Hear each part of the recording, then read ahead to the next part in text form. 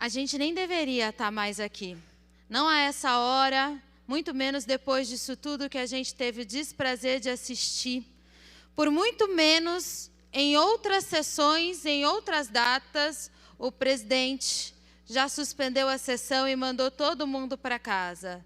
Mas retirar direito dos trabalhadores é uma urgência para essas pessoas. E é por isso que nós e vocês estão sendo torturados com essa cena deplorável aqui na Assembleia Legislativa. Eu quero começar corrigindo uma fala mesmo do Cauê Macris, porque o presidente disse hoje que vocês são nossos convidados. Eu quero corrigir. Nós é que somos convidados a sentar nessa cadeira de couro. E tem prazo, 3 anos. O lugar de todas as pessoas é do outro lado do vidro, que é o único lugar reservado permanentemente para quem mora no estado de São Paulo. Esse aqui é um convite.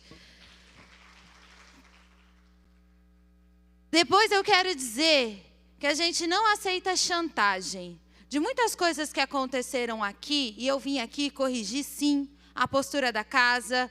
Muitas coisas estão sendo ditas. Barba já contou que vários partidos foram contra o cronograma, que ninguém aceita e ninguém entende por que a gente está votando uma temática tão extensa e complexa como é uma reforma da Previdência em 15 dias, se o Estado não está em colapso, se o Estado está cumprindo a lei de responsabilidade fiscal, se o Estado tem orçamento. Por que a gente está votando uma retirada de direitos tão cruel em 15 dias? A gente já questionou isso, mas eu fui questionar a permissividade de um cidadão vir aqui, chamar pessoas que ganham abaixo do teto do salário mínimo do Estado de São Paulo, chamar policiais, esses mesmos policiais que estavam aqui protegendo ele, enquanto ele provocava e chamava de machão, é machão aqui em cima dessa tribuna, protegida pelos policiais que chamou de vagabundo.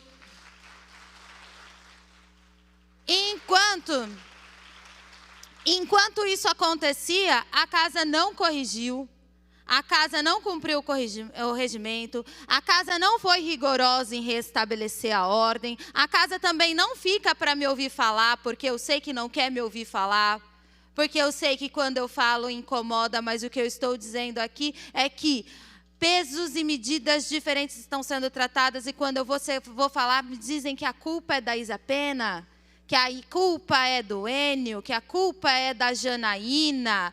Nenhuma dessas pessoas fizeram a triste cena que a gente assistiu agora, e eu tenho certeza que foi orquestrada, que faz parte de um plano cruel de impedir que vocês sentem aí na próxima sessão.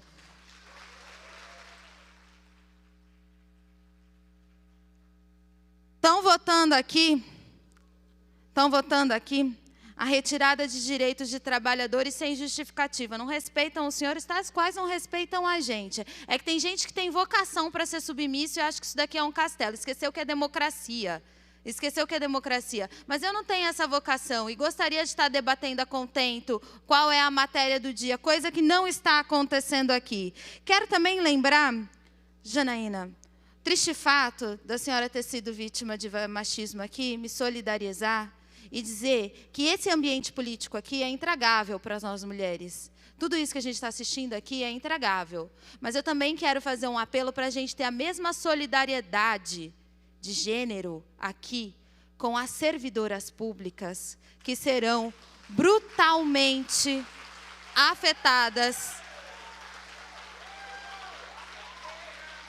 pelas retiradas de direitos, que é uma reforma da aposentadoria que não se justifica. Com elas é ainda mais cruel. 7 anos a mais. 7 anos a mais essas mulheres terão que contribuir. E as policiais, para quem gosta de falar da bancada da segurança pública, as policiais vão ter que contribuir mais, porque a Polícia Civil tem que contribuir 30 anos no mínimo, e a idade mínima é a mesma para todas, 55 anos. E as mulheres têm mais dificuldade de ficar empregada.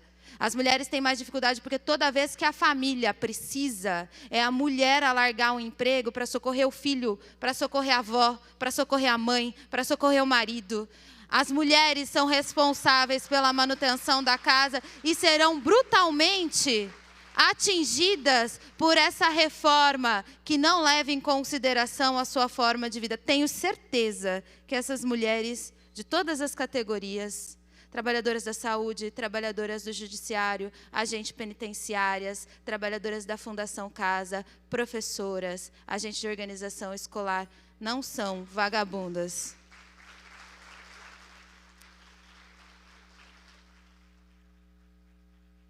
Não são vagabundas.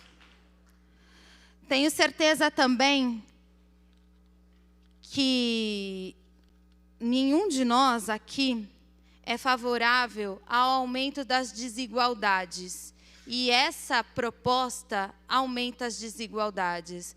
Veja, é constitucional que a gente não pode, é um princípio constitucional que a gente não pode reduzir salários.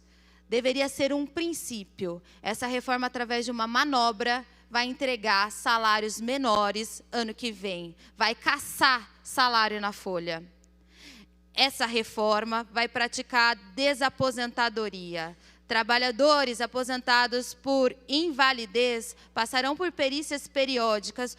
Os professores conhecem bem essa crueldade de serem readaptados, apesar de suas condições físicas. Vai se estender o pacote de maldade para todo mundo. Essa reforma não segue sequer os princípios da Previdência Geral, porque as alíquotas são diferenciadas na Previdência Geral. Nessa reforma, de cabo a rabo, o agente de organização escolar que ganha R$ 998, até o juiz, até os cargos mais altos, vão contribuir com os mesmos 14%. Eu tenho certeza que 14% bate diferente em todas essas famílias.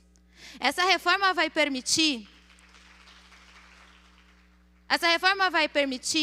que o professor, o enfermeiro, as pessoas que ganham menos de 3 salários mínimos tenham que trabalhar durante 30, 40 anos para ter acesso à média integral do seu salário. A gente está falando de gente que vai se aposentar com R$ 2.000, R$ 2.500 depois de contribuir 40 anos. Mas o governador, essas pessoas que ganham acima de 20, 30 mil, têm que contribuir só durante 20 anos para atingir o teto, e aí possam se aposentar, porque a aposentadoria não vai passar disso, atingir o teto. Ou seja, os privilegiados lá de cima, o governador mesmo, os deputados que contribuem, possam se aposentar com 20 anos, enquanto para ganhar uma miséria, os trabalhadores, e a grande maioria, são professores. E quem não sabe o valor inicial da folha, grande maioria dos servidores públicos do estado de São Paulo são professores. Depois vem policial militar. E é quase tudo isso a folha. Essas pessoas começam a ganhar R$ 2.585 por mês. É o bruto. O líquido cai 1.800, porque desconto IANSP, menos.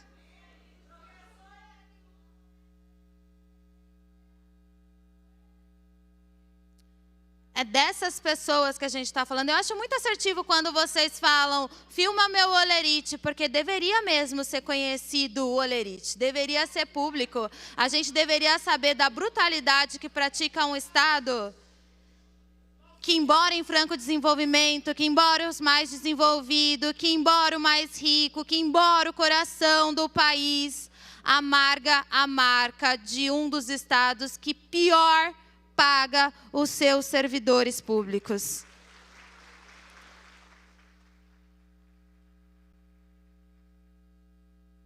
Tudo isso no tapetão, tudo isso sem justificativa, tudo isso passando por cima dos seus direitos, mas agora eu vou reivindicar um pouco dos meus. Do meu direito como parlamentar de exercer o meu trabalho, porque eu não consigo ainda projetar essa reforma da Previdência. Eu sou obrigada a acreditar num PowerPoint do Meirelles, que vai economizar 32 bilhões, que é necessário economizar 32 bilhões em 10 anos, porque senão o pobre do estado de São Paulo vai falir, porque eu não tenho tempo, nem insumos e nem condições para analisar a contento essa reforma da Previdência.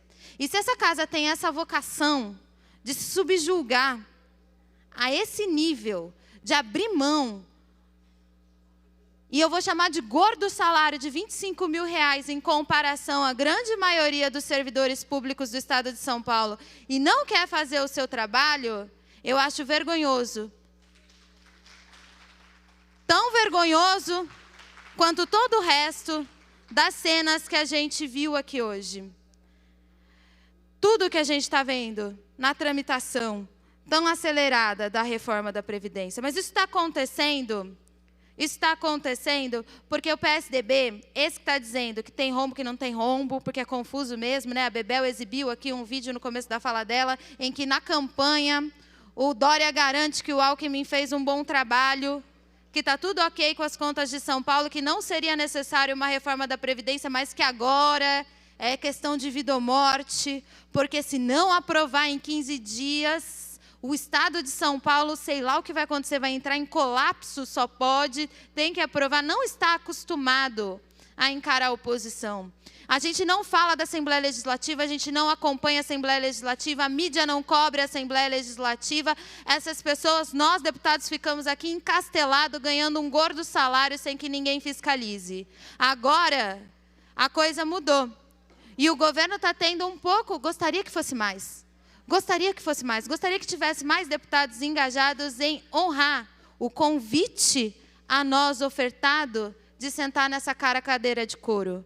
Mas não tem. Mas eu gostaria que fosse mais, mas está tendo uma certa resistência, está tendo um certo trabalho. Tem gente que pode citar o regimento interno dessa casa para reivindicar o seu direito como parlamentar, apesar da ameaça constante de que se punir um, vai punir minha colega Isa Pena. Minha colega Isa Pena, que veio nesse plenário e recitou um poema famoso e está sendo comparado com quem veio aqui chamar o outro de machão e chamar para briga.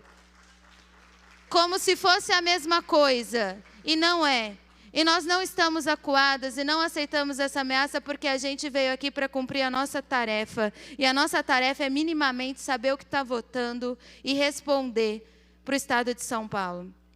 O Estado de São Paulo e o Brasil, e aí a gente vai falar um pouco sobre o que está em voga, né? Está todo mundo dizendo que o Brasil quer segurança pública, que o Brasil precisa de segurança pública, que precisa de arma e etc. e tal. O Brasil precisa de uma rede forte de assistência social e de combate a desigualdades. A gente viu em Paraisópolis que mandar a polícia como último recurso para um lugar superlotado não vai faltar. Falhou tudo antes, numa cadeia social daquela tragédia que matou 9 jovens.